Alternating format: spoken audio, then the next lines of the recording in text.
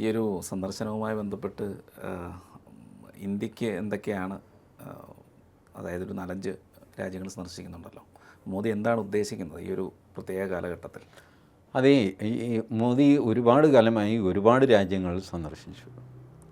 എനിക്ക് പോലും തോന്നി, എൻ്റെ ദൈവം ഇതെന്തൊരു പെടാപ്പാടാണ്.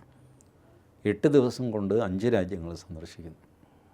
ആ ടൈം സോൺ മാറിയിട്ട് മനുഷ്യന് വട്ടാകും. But he does that. ഇതെന്തിനാണ്? ഇപ്പോഴാണത് മനസ്സിലാകുന്നത്.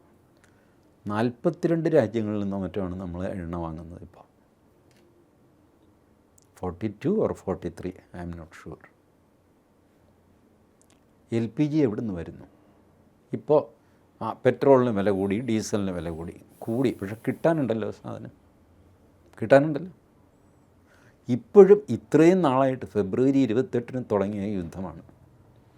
മാർച്ച് 3 or 4 ആയപ്പോൾ ഹോർമുസ് കടലിടുക്കൽ പ്രശ്നമായി.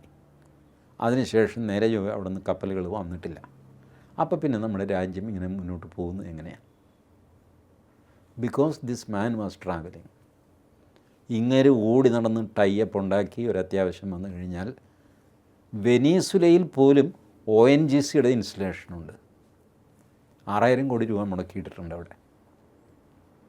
വെനീസുല മദൂറോയുടെ ഏകാധിപത്യ ഭരണം കഴിഞ്ഞ് ഇപ്പോൾ അമേരിക്കയുടെ കാൽക്കീഴിലാണ് വെനീസുല.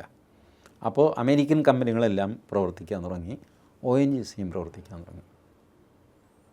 ONGC 6000 കോടി രൂപ എണ്ണ ബിസിനസ്സിൽ വലിയൊരു കാശൊന്നുമല്ല, നിസ്സാര കാശാണ്. ബട്ട് അത് മുടക്കി, അത് മുൻകൂട്ടി കണ്ടത് ചെയ്തില്ലേ? ഇത് ചെയ്യുന്നത് മുഴുവൻ നമുക്ക് ഈ ഇരുന്ന് വാചകം പിടിക്കാനുള്ള ഇൻഫ്രാസ്ട്രക്ചർ ഉറപ്പിക്കാൻ വേണ്ടിയിട്ടാണ് ആ മനുഷ്യൻ ഈ യാത്ര ചെയ്യുന്നത്. അല്ലെങ്കിൽ ഇത്രയധികം യാത്ര ചെയ്യാൻ ആർക്കും എത്ര വലിയ താല്പര്യം? ആദ്യമൊക്കെ വിദേശ യാത്രയ്ക്ക് ഒരു ഇത് തോന്നും, എക്സൈറ്റ്മെൻറ്റ് തോന്നും. അത് കഴിയുമ്പോൾ കഴിഞ്ഞില്ല, പിന്നെ ഇതൊരു വലിയ സ്ട്രെയിനാണ്. മറ്റൊരു രാജ്യത്തെയും ഭരണാധികാരി ഇത്രയധികം യാത്ര ചെയ്യുന്നില്ല മോദിയുടെ അത്രയും. അതുകൊണ്ട് എല്ലാ രാജ്യങ്ങളിലും നമുക്ക് ഹോൾഡുണ്ട്, എല്ലാവരുമായിട്ട് നമ്മൾ ഗുഡ് ടേംസിലാണ്. അപ്പോൾ നമ്മൾ ഓപ്പറേഷൻ സിന്ദൂറിൻ്റെ കാലത്ത് എത്ര പേര് നമ്മളെ പിന്തുണച്ചു? അതൊരു ചോദ്യമാണ്. എത്ര പേര് നമ്മളെ എതിർത്തു? അതൊരു ചോദ്യമല്ലേ? എതിർക്കാൻ സാധ്യതയുള്ള ആൾക്കാരെ ബ്ലോക്ക് ചെയ്യുന്നതും ഒരു നയതന്ത്രമല്ലേ? വാസ്തവത്തിൽ അതാണ് നയതന്ത്രം. അനുകൂലിക്കാൻ ആളില്ലെങ്കിൽ നമുക്കിപ്പോൾ നമ്മളെ ആരും സഹായിക്കണമെന്നൊന്നുമില്ല. പാകിസ്ഥാൻ ഇട്ട് 4 അടി കൊടുക്കാനുള്ള കെൽപ്പ് നമുക്കുണ്ട്. അതിനാരുടെയും സഹായം വേണ്ട. ഉപദ്രവിക്കാതിരുന്നാൽ മതി.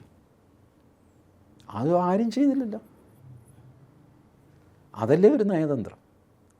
അപ്പോൾ ഇത് മനസ്സിലാക്കാതെ വെറുതെ ഒരാൾ യാത്ര ചെയ്യുന്നതിൽ അസൂയ.